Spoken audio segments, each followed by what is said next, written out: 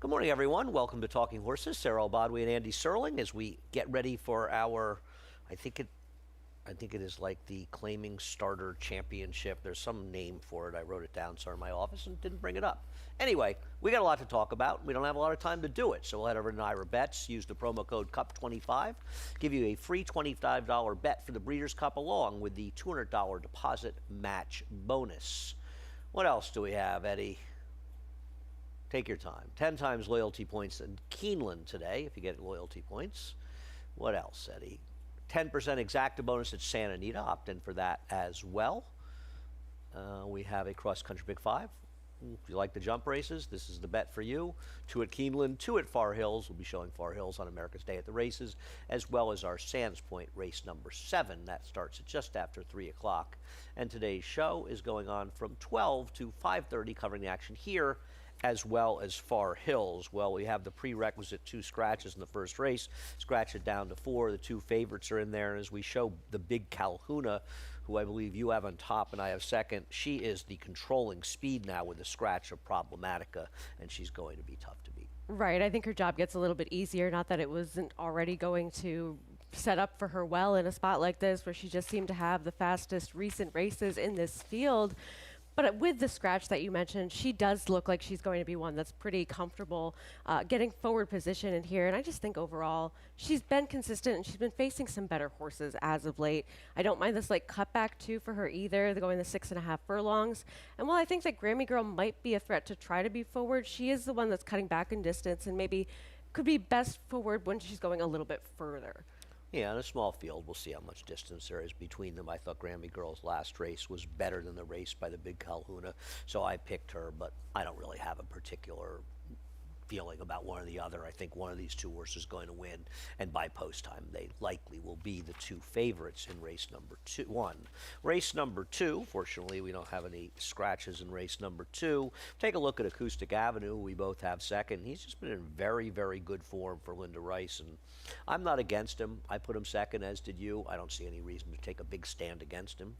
Agreed. I think he's one that he's shown he can be a bit more tactical as well if he needs to be, and he was one that maybe was looking to be up against it a little bit from a pace standpoint in a couple of his starts, but he's been able to adapt to really whatever is happening in terms of the quarter and half in front of him. He can be a little bit closer if he has to. He's running into a good horse in El Grande Owen here, who we know what kind of talent and ability he has for Linda Rice.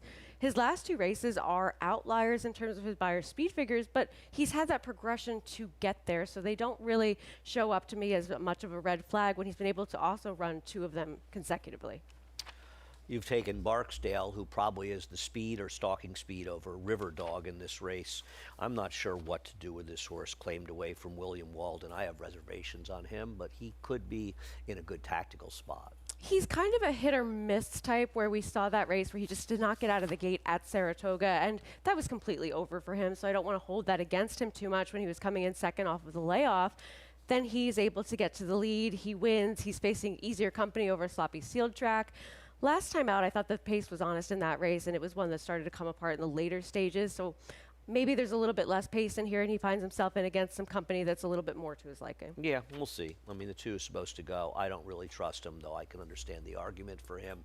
Don't think he's going to be 8-1 in this spot, but we'll see. Maybe he will be. I took the number 1, good as I once was, who doesn't have a lot of speed in this race. I'm going to need the pace to come apart a little bit because she doesn't have much speed. But this horse ran very well against a tough field last time on a weird day, on Whitney Day, where much of the card looked like you wanted to be outside, but this race was dominated forward and on the inside.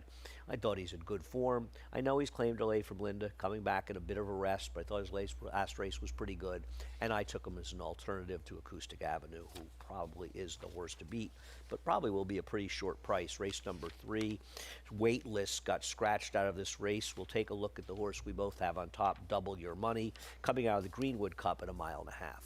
Yeah, he's one that we just have seen him be able to handle these types of distances more so than a couple of the other horses he's going to be facing in here. And I thought that Weightless might be the other potentially interesting type, but with him coming out of this spot, Double Your Money is going to be a short price. He already was, and he's just been ultra consistent against some horses that I think are a bit tougher than what he's ultimately going to be running into today. I think that he's one that he probably isn't super forward coming out of a 1.5 mile race, but how far away is he really going to be against horses like this without me seeing that there's necessarily a ton of horses that want that confirmed early position? Well, I mean, with the right ride, he'd be in front in this race, but we'll see how aggressive he really is. And I suppose the number one, Love Me Not, could show some speed, but he's supposed to be the speed in this race. I thought he was the speed. I didn't really think about it as the 1.5 mile race. I thought he was the fastest horse early, and being it's a 1 3/16 is a fairly substantial run in the first turn, but I guess an aggressive ride on Love Me Not, he could be in front of him. And we'll see how much pace there is, and that kind of affects systemic change. Who's a deep closer. He is in good form. I don't want to deny that. And Curlin's Malibu's not impossible. He's run against some cheaper races, though, and I just didn't love the field that he beat last time out, Curlin's Malibu, and I preferred a horse that was going to be more forward on top. Yeah, I think if you go back, Curlin's Malibu has a couple of races against some decent company, but he's not running necessarily well in those races. And the last figure is just that much of an outlier from his recent form that maybe I just don't trust him to repeat it again. He was second time for Joe Sharp, so maybe he's a horse that's improving for Joe, and I don't think that should be ignored. Race number 4, we'll take a look at Penn Street when he took advantage of a big pace in race number 4, getting it done. And I just don't know that he's going to get the pace to run at again today. I think that's completely fair. We saw this horse really go with the race flow, even breaking a little bit slowly in that spot too, to go on and win. And I do have those same concerns as you do, where I'm just not entirely sure that the pace is going to materialize for this horse. But I did feel as though this horse was up against it in the start last time out, where on October 3rd, we did really see a strong inside bias, and this horse was not necessarily off slowly, just kind of had her head raised in the start, and then had a horse to her outside kind of come over on her, and she was sort of pinballed between horses a little bit. So far out of position. She does get over to the inside, but she never really makes a move, and I thought it was interesting that Linda Rice reclaims this one, has her back in the barn, and maybe she's one that can do a little bit better now facing what I think is some easier company than the last field she was Well, in. Linda obviously claimed looking at this race, going ahead in the purse and thinking if I can win or even be second, it helps me get out. I'm skeptical. I don't know. You know, she got such a tremendous setup in her race 2 races back. I'm not shocked. I'm going to be shocked if she wins. I'm not really thrilled by her. I took Jackson's Dixie, who to me is just much more consistent. She's a horse that can be at least relatively forward in this race. She consistently runs figures that are pretty good. She ran really well last time against just a better field. And I just thought she was a little bit more logical and a little more reliable on 2 horses that would probably be a fairly similar price. I see David has her much shorter. We'll see if that's how it plays out. I wondered if Jackie the Joker was a little bit dangerous to try to wire the field in here. She has only one way to go, and you know, I don't know what she was doing in that spot last time, but she runs back to a race 2 back, albeit against cheaper. She can win this race. I just worry a little bit about her trying to get a mile. I worry about that with her, and I worry about that a little bit with Jackson's Dixie, though a little bit less so with that one. I think She's that won twice in a mile, Jackson Dixie. she hasn't had some of her faster races at the distance in quite some time, but I hear you. She's at least shown that she's capable of doing it. But with Jackie the Joker, I think that the pace that she might be able to provide in here, the kind of form that she's coming in if she runs that race 2 back, yeah, it's against lesser, but how much lesser? I don't think that's really much of a difference for her, where it's possible. She's been in good form for this barn. Yeah, I'm going to disagree about that with the 10-pound bug rider. She finished just a few lengths behind Dolomite and Cali Magic at this distance. So I'm going to disagree that she hasn't run her better races. You've got Mersal second. In other words, I don't know what to do with. She did wake up a little bit last time out, and I'm never surprised when Linda horses overachieve. She's a tough read because she has those races that absolutely get nothing in here, and then she also has a couple of efforts where she makes some sense in a spot like this. And I thought that the last race was at least a sign that maybe she's moving in a better direction than we've seen from her over her last couple of starts. All right. Race number 5, and we'll break after 6, Eddie, and we'll do the late pick 5 when we come after the break. Race number 5, we are on the turf for the first time in race number 5. Thought this was a pretty tough race, and I wanted to show Fantasy Performer, the number 7's last 2 races back. Obviously, if she's able to run a race where she can be second to a horse like Tax Implications, who's the morning line favorite in the Noble Damsel tomorrow, she can win this race. The problem is she's got too many other races that just aren't good enough to be particular to win this race, and she can win. She's competitive on figures regardless. I'm just not really sure on a horse I thought would be a somewhat of a short price. I thought about this horse for a while because she seemed like one of the logical ones based on that race. And I thought that even last time out, you could say, I don't really think she stumbled at the start. I think it was kind of more of just a misstep forward. And we're seeing a lot of the stumble starts that aren't really stumbles. But Well, this has two. We should cover that. I mean, they have Tour Jeté stumbling last time and her stumbling last time. Neither one of these horses No. stumbled.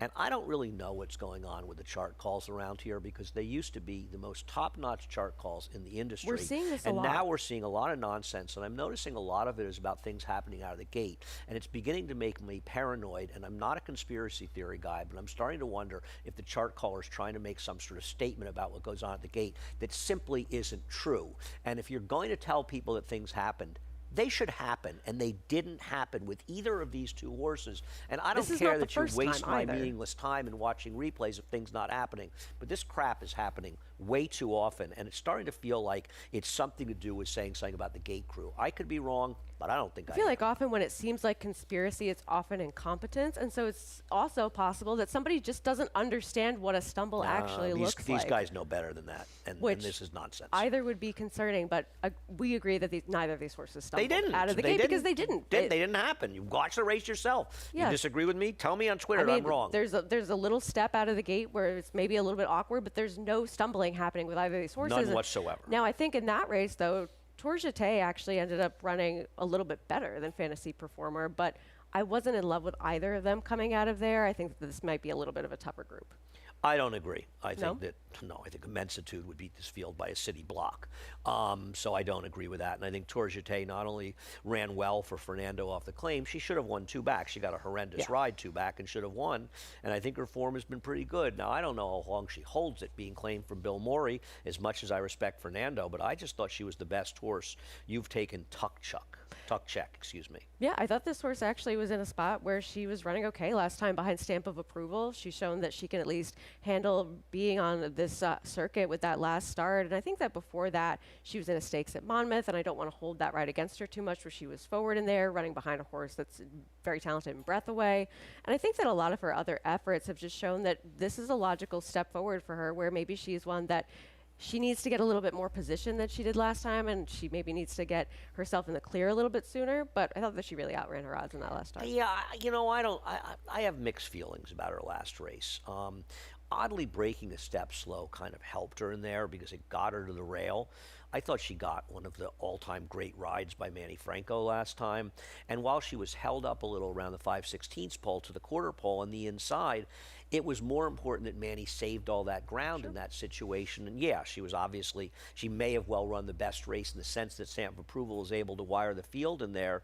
But I thought it was the ride and trip overall, and Manny saving ground and waiting that produced that run. Now listen, there's an argument that she's an improving horse, that she's run better in her recent races, and she's just getting better, and I can see that. I went in a different direction. I can understand the argument for her. I just don't know that she can get the same kind of trip she got from Manny last time. We'll see what happens with her. There are other horses in here we're talking about, like the Four Goats on a Tree, who's off the claim for Mike Maker. Funny claim for $80,000, though, considering this was a horse that had won a $25,000 claim or just a few races back down at Gulfstream Park. A very ambitious claim, and I mean, I'm sure Mike saw this race coming up, and one of the reasons they looked at it, but for $80,000, that's a lot of money to spend for her, unless they feel she has some pedigree value. But wouldn't somebody have picked that up when she ran for $35,000 and a couple of times and then $25,000? You'd have to imagine, Odd claim right? for $80,000 by Mike last time, and you feel like maybe the connections really want to claim. This horse could be the controlling speed in here, though. No, I And think think that's that valid. makes her very, very dangerous. She was never going to win against Proctor Street. No, she had no chance in there. I think Bobby Jean is not impossible because Bobby Jean has been running in the wrong races. She's not a 1.3 horse. I mean, she got some checks. I can't blame Mark for running her there. I think she might be a horse that's a little bit better with less distance. You know, she got a good trip, but her best race is second to Big Beautiful 4 races back, going 1 mile and a 16th. And I just wonder if less distance is going to help her out. That's fair. I think that even one who's kind of a crazy price, Temple City Taboo, has races to go back to that kind of fit here, where she was able to pick up some checks and she was able to have some good trips into the starts 3 and 2 back, even though she was that voided claim against Lesser. And then I just think that she was one that was really forward and then just ended up having no position to go in last time. First off, a little bit of a layoff, but she's one that's not completely impossible. Well, he's either. a bad rider, but she's, in my opinion, she's not good enough, but she'll be a huge price. See what happens in race number 5, race number 6, and we'll break after 6. The least surprising moment today was David Jacobson scratching fielding. Why enter and waste our time? This was a very hard race. I thought today was a very hard card. I don't know. I don't have a lot of strong opinions on the card. I found this race to be absolutely impossible. We'll look at Master of Arms and Forgiving Spirit, the number 8 Forgiving Spirit, Master of Arms the 4. Both horses that I think have a chance to win this race, but this was a pretty weak field. But it's not like they don't have some form, especially Master of Arms, that can beat this field. And Linda Claimed, obviously, looking at this race as well. Absolutely, but I think that there's a lot of different ways to go in this spot. And Master of Arms, he's been in good form. He's been consistent. He's been one that's been able to run well against tougher. And then he did have that giant drop in class last time, and it made it look like a red flag. But he did still eke out the victory. I just sort of wonder if that class drop was ultimately going to be one that we see as warranted over time. But relative to the kind of fields that he was running in before that big drop in class, this is still an easier field.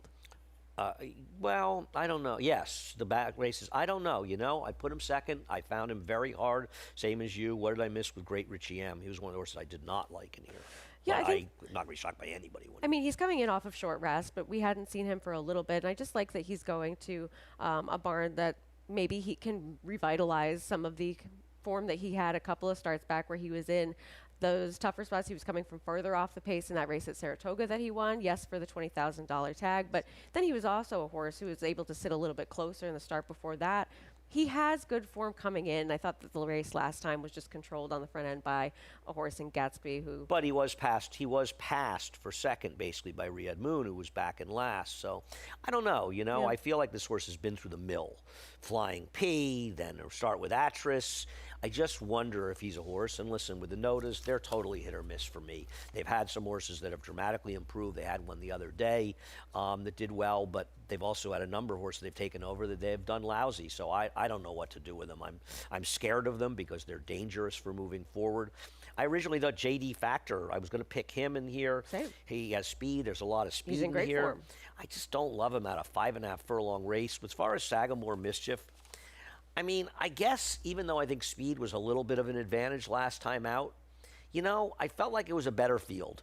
And I just feel like if you look at him, he has more consistent good races in his relatively recent efforts than the other horses in here, so I picked him on top. I don't love him. I don't love anybody in here. I thought this was about as tough a race as you could possibly find because I think the 3 and 4 can win. I think the 7 can win. I think the 8 can win. The 9 can win. I get it with the 10. He's certainly not impossible in this race.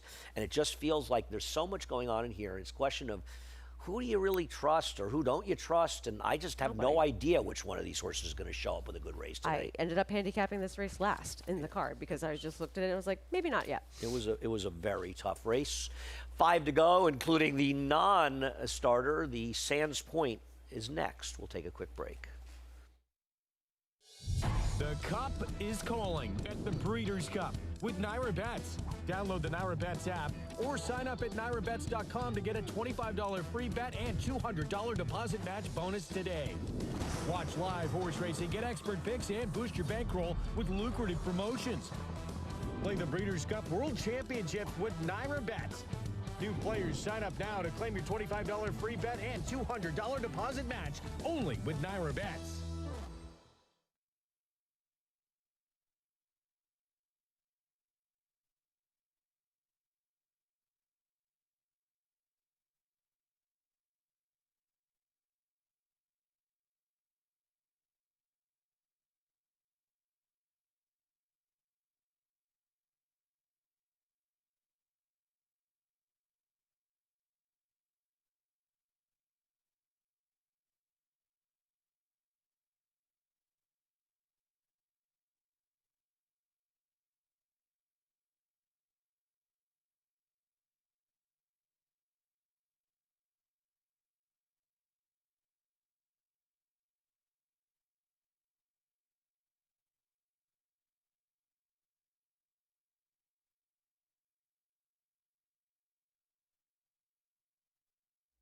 Welcome back to Talking Horses. Sarah and Andy, the Sands Point. And we'll take a look at the race last time that Ready for Candy won by a nose over Paradise City, who did run well, first time on the turf, and even Decadent, first time on the turf, ran well.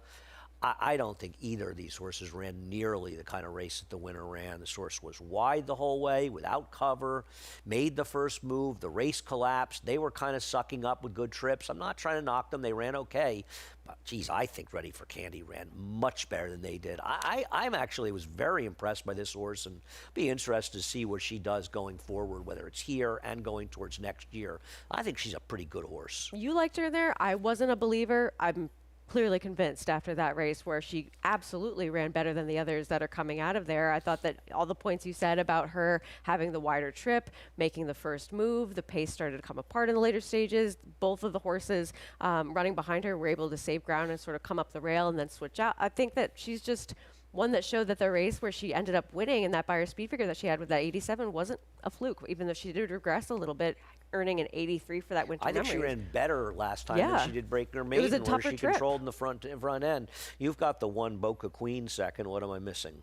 I just wanted somebody that was a new face coming in that wasn't out of that winter memories, because I thought the other horses in that race did have some more favorable trips. And I think that she's one that she was actually favored facing males last time out in the Toronto Cup, finished fourth in there. And we just don't see Kevin Attard come here that often. And while he hasn't won on the NYRA circuit in the past 5 years, it's usually when he shows up, it's with some intention. There's a trainer that wins. I think if Pretty Picture is the second choice in here, you kind of have to get involved because she's terrible unless she improves dramatically for Chad. Right. And she may improve for Chad. She's lightly raced. She did win in the dirt last time. But she came up the rail 2 races back. And that was just, a relatively speaking, a dreadful field compared to these. I think, and David Wright made her second choice to Chad Brown because he figured maybe they won't want Griselda because she was so badly beaten last time. She had a good trip and she had nothing. Maybe she improves, but she was bad last time. I want Fast Market as the other horse in here. I know she's coming off a maiden win, but, you know, she was stretching out. She hadn't been going long in quite a while since she tried the Appalachian against Nitrogen as a maiden. She had run really well in her first race sprinting. She ran very well last time in winning that race, and I'm not sure she's not a horse on the improve. So she's my other horse in here and my backup against the favorite, because other Fast Market ran well last time. See what happens in the Sands Point, race number 8. I'm going to start with the replay of the horse I have on top and you have third, and that's Live High, Live Low. If somebody said to me, who do you think one of your most likely winners of your selections today, I would say it's this horse. You had to go back a ways to last November, finishing second to Gaslight Dancer. But this horse that's been running against Allegan and stakes at Laurel, where it didn't have a great trip. This horse has just been running in races over his head, and I just feel like he is a significantly better horse than these. If he shows up and gets any kind of reasonable trip, I don't think he can lose to these horses. Yeah, he's getting the class relief that should put him in a favorable spot in here, where he's just been facing some better company, and he's going to end up being one that I thought would be a relatively short price. He draws well towards the inside, and my only way to try to beat him was with a horse that I hope has some forward position. Well, you've taken a horse that's 3-1 on the line, and he's 5-2. I can't trust Let It Ride. I don't think this horse ran that well last time. You don't see the Canada March. He's claimed too often on turf. They haven't, had success since Evie's Jet, and one of these races named for Evie's Jet, by the way. It's pretty cool. I don't know. I don't trust this horse. He's kind of that all or nothing type where we Trot for George. See him come in on some. He's capable of showing some speed and running his race where he's able to run on the dirt as well as the turf, but then he has those other efforts that are just kind of head scratchers, and I agree. I think he was supposed to get the job done last time. I don't know. The barn has been heating up a little bit, and he seems like one that maybe might get that more aggressive ride towards the outside. actually wonder if Ilke is going to end up taking this horse back to dirt. If you look at him, Maybe. There's an argument he might be a better dirt horse. I Sure. mean, to begin his career, he was running some of the best figures he ever ran, and maybe he's better on the turf, dirt. I mean, he could win, obviously. I'm not. I just didn't really trust him. He's just too many stops and starts, and I don't like a Weaver give up. I have too much respect for George. Vacation Dance is obviously dangerous. We'll show the third last time out. I mean, he did close into a completely paceless race this day. It was an odd race, but I think he's dangerous for Brad Cox, and Barn does so well in New York especially. Yeah, he's one that could kind of lost some form and had some excuses for that. But over his last 3 races, we've seen him sort of get it back together. And while he hasn't won, he's at least shown up in all of those efforts. And I agree. I thought he ran well given the pace of this race, holding together in the way that it did. And he makes a lot of sense in here. He's just a logical type who he hasn't got his picture taken lately, but he's been right there. No, I agree. I don't like that he hasn't been winning. The last time was the only time he was favored, and it was a weird race that was compromised by a lack of pace. Race number 9, going a flat mile. This is another race that I thought was absolutely wide open. We'll start with Emirates Road. And, the conversation start with him because, where did this race come from? I mean, this was a crazy fast race, a 105 buyer, and even if it's a little high, still a high 90s buyer, which makes him dangerous in here. But then he hasn't run now in 8 months since this race coming back. But he does have a lot of good races, and I don't want to take a big stand against him, but he's a little hard to trust. I think it's hard to trust him based on the gap in time that we've seen him, but I thought long and hard about how that last race, yes, is that big outlier, but he doesn't necessarily have to run that race to be successful here because he has races that are probably good enough to win prior to that, and enough of them that I thought that he was one that had that level of consistency too, where he was just really hard for me to sort of leave out and try to go in a different direction against completely. What's the story with Light the Way? I was just hoping he would be forward in this spot where we've seen him be aggressively ridden, a horse that's maybe trying to get that mile yet again, which he was able to do out of the chute at Saratoga over a sloppy seal track. It was an off-the-turf race and lesser company that he's going to be facing a very here. good rail that day. He got a huge bias. He's also been one that's been in good form overall over his last couple of starts. He ran very well behind Baby Yoda's big number. And then he was just one that I thought was in over his head last time. No, wait. He ran in the Baby Yoda race that wasn't fast. Oh, okay. The one after the big one? Right, yes. Yeah. But he still is one that, even prior to that, if you toss the turf race, he's just been in really great form for Linda Rice. He has. He's also gotten some very delicious trips in those races. I'm not going to deny it. I've got him third. I can certainly see him winning. And I think you're right. He could absolutely be the speed of this race. I think Hendrick is probably looking at this race and thinking, I'm going to go. If they want to go, they're going to have to go with me because I think he's going to go. And I agree with that. I think he's dangerous. I'm not sure what to do with him, because he was on a fairly moderate pace last time. Andy cut the figure in the Vosburg, so it's probably now much lower. I don't know what you have it in your It says PPs. 82 as of right Yeah, now. Andy cut that number. I'm going to actually call him because I find it a little odd that he cut that number, to be honest with you. I don't have a big problem with this horse getting a 90 in there, given the races that he's run. I get it. He's in good form, and you don't want to knock that. What about 24 Mamba and Bramido? Bramido's another horse in good form. Absolutely. He ran down 24 Mamba. The thing that worries me is he was able to run him down at 7 furlongs, and I just wonder if 24 Mamba, a horse who has a second at a mile, but I wonder if he's a little better going 6.5 to 7. I think he is a little bit better with some less distance too, and I think that with one like Bramido, he's been able to show up in some races that are the further distances, but it's also been when he's gotten a setup, right, in that race at Saratoga where he got a nice trip under Ricardo Santana Jr. But he ran big. I mean, he did. He ran huge, but at the What same about this race? Did he get a big setup in here? I mean, no. I mean, I think that that's a fair point to make, but we did also see him show up with an effort where he just seems to be one that has these 90s, the two of them that do stand out as of late versus the one race over the muddy seal track. I mean, I guess that's a fair point to make where he maybe wasn't really gifted a trip whatsoever. I think he's in good form. I put him 5th. I thought a lot of horses could win this race. I had him in the mix. I'm going to bet Dr. Kraft. Now, I think there's a couple. We'll take a look at Dr. Kraft's win here on June 20th. It's an interesting question with Dr. Kraft. There's 2 potential points of view here. One is, it's a real possibility he has just really improved since being claimed by Ilkay. And this is a horse, he was winning, he won this race for Cantermachis when they weren't winning. They were in the midst of a mediocre run, and they can be a very streaky barn, and it seems like they're heating up again. And this horse was running even when their other horses weren't running.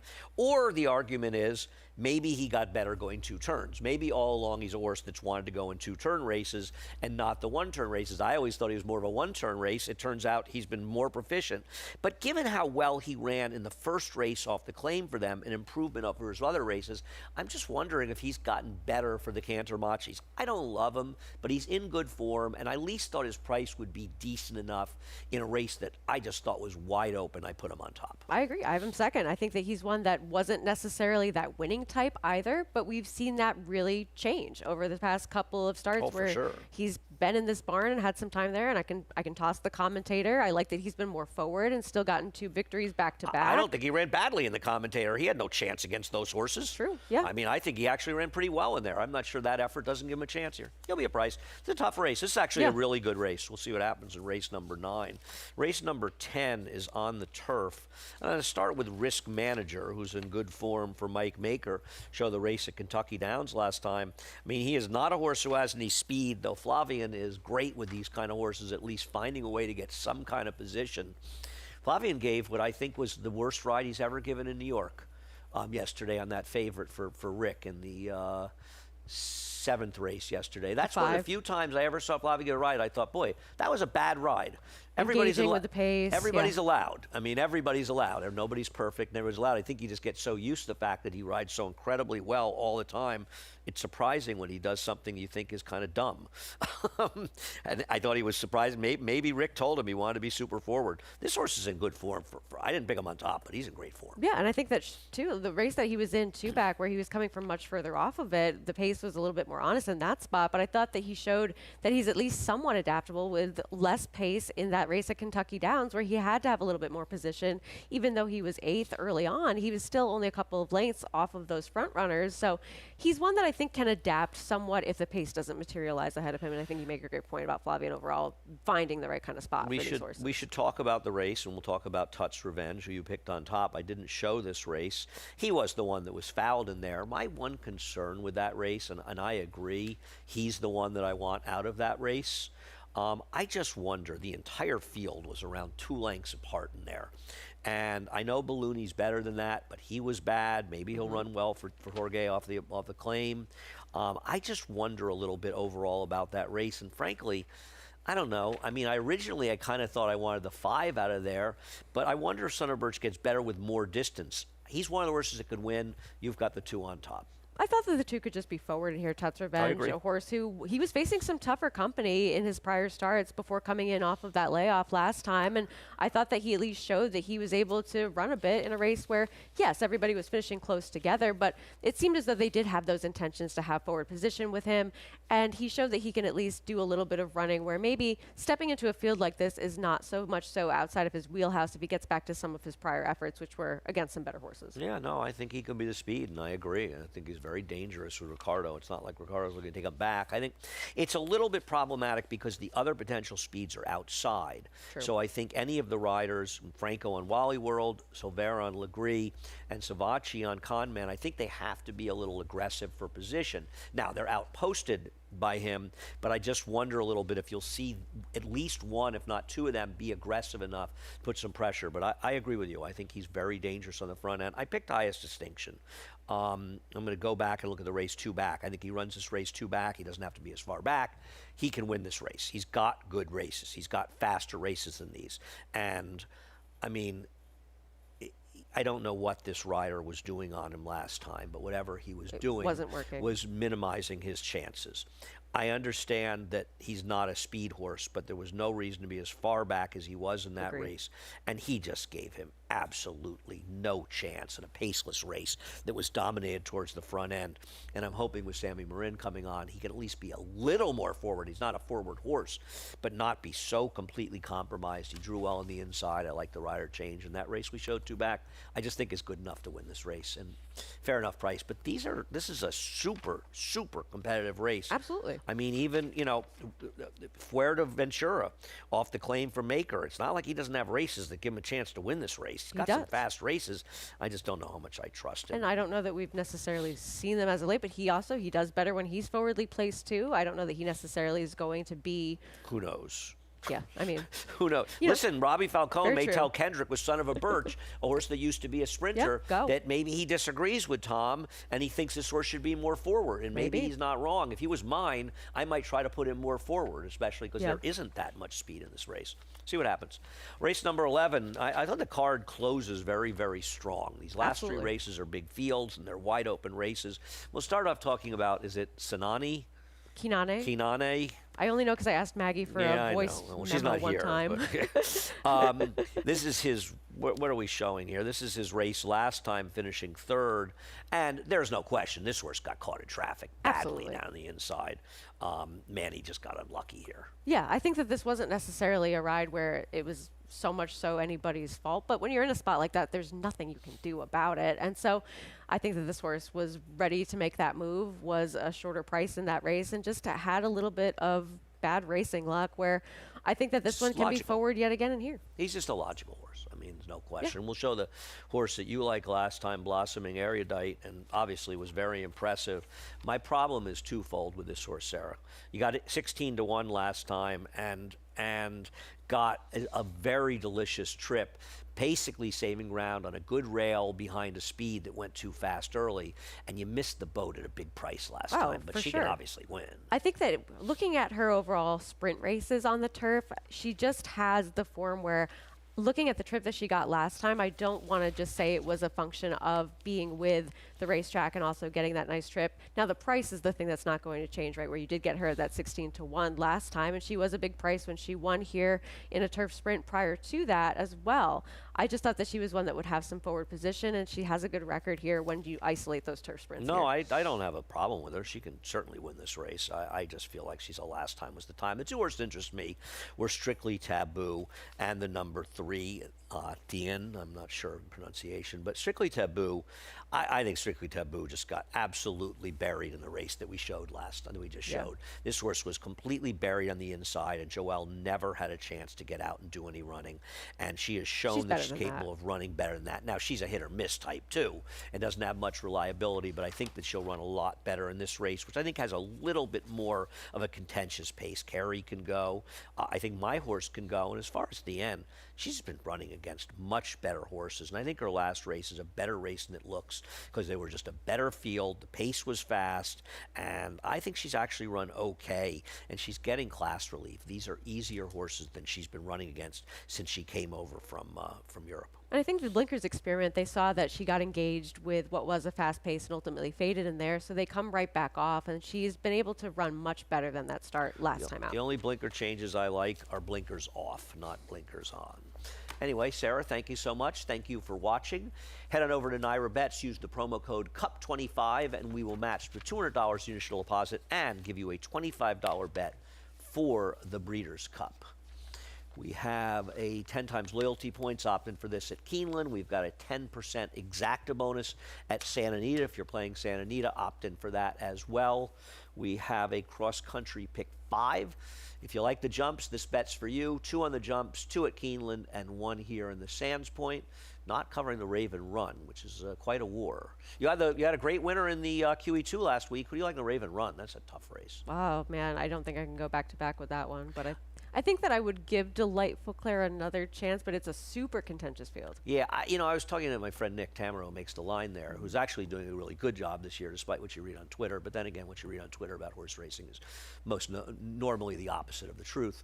Even if it's two different things. It's really sad. One of the problems is the people who have presented themselves as experts on racing on Twitter are actually clueless, and they're leading a lot of people astray. I was going to say, I think the 2 horses out of the horse that ran 1-2 in the fantasy, he had them 4 and 8 to 1. I thought they'd be closer together, and I'm going to take the one that's switching to Michael McCarthy. You always like Simply Joking? Yes, yeah. Simply Coming out of Joking. the I was going to Oaks. bet a few dollars Yeah. on her. I think that she'll really appreciate the cut. Yeah, I mean, it's a great race. It's Yeah. a really fun race, and it's an absolute war, that race. I mean, really, really entertaining race. Anyway, we are on from 12 to 5:30 covering the action here, and we have a team down at Far Hills, which is always a fun day. So if you like the jumps, you're going to particularly like our show today. Once again, thank you again, Sarah. Thank you for watching. Chris Griffin's got his hands full today. He's up next with a reprise of the Scratches and Changes. Enjoy Saturday here at the Big A. The Cup is calling at the Breeders' Cup with Naira Bets. Download the Naira Bets app or sign up at NairaBets.com to get a $25 free bet and $200 deposit match bonus today. Watch live horse racing, get expert picks, and boost your bankroll with lucrative promotions. Play the Breeders' Cup World Championship with Naira Bets. New players sign up now to claim your $25 free bet and $200 deposit match only with Naira Bets.